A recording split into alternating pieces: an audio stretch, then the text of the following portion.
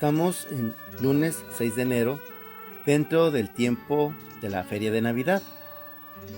En este día la primera lectura tomada de la primera carta del apóstol San Juan, capítulo 3, nos habla sobre un aspecto muy interesante, saber discernir.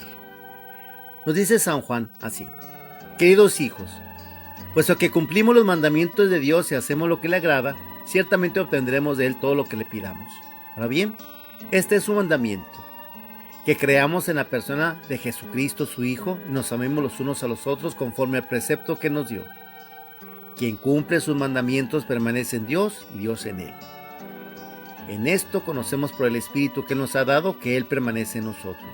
Hermanos míos, no se dejen llevar de cualquier espíritu, sino examinen toda inspiración para ver si viene de Dios, pues han surgido por el mundo muchos falsos profetas. La presencia del Espíritu de Dios la pueden conocer en esto: todo aquel que reconoce a Jesucristo, palabra de Dios hecha hombre, es de Dios. Todo aquel que no reconoce a Jesús no es de Dios, sino que su espíritu es del anticristo. De este han oído decir que ha de venir, pues bien, ya está en el mundo.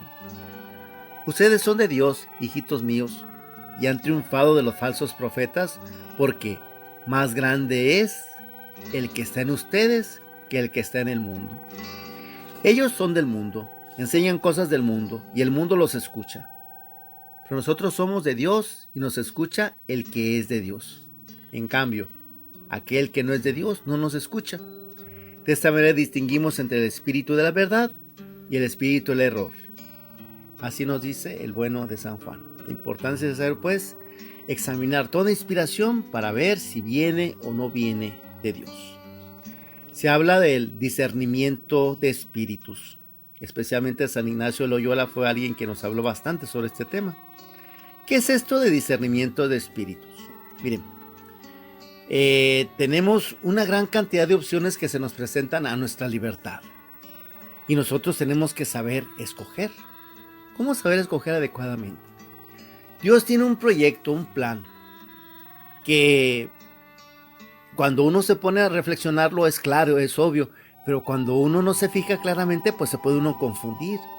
Hay tantas cosas que se nos presentan a nuestros ojos. Saber entender entre esas cuál es el plan de Dios necesita un discernimiento.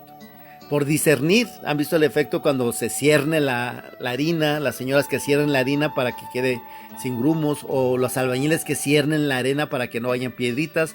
Se cierne para separar. Bueno, a través del discernimiento de nosotros cernimos de algún modo todas estas ideas para quedarnos con lo más importante y para poder eliminar lo que no sea adecuado. Esa capacidad para discernir los espíritus es una gracia del Espíritu Santo unida al don del consejo y del entendimiento. Nosotros necesitamos discernir porque en primer lugar somos imagen y semejanza de Dios, hechos a su imagen, pero con la obligación de hacernos a su semejanza. Y es ahí el reto que tenemos entre las muchas opciones, escoger lo que nos haga más semejantes a Dios.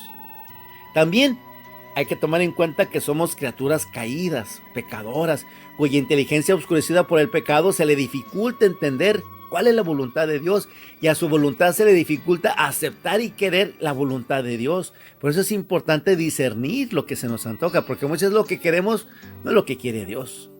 Y también la presencia del demonio, que constantemente va a estar tratando de alejarnos del amor de Dios.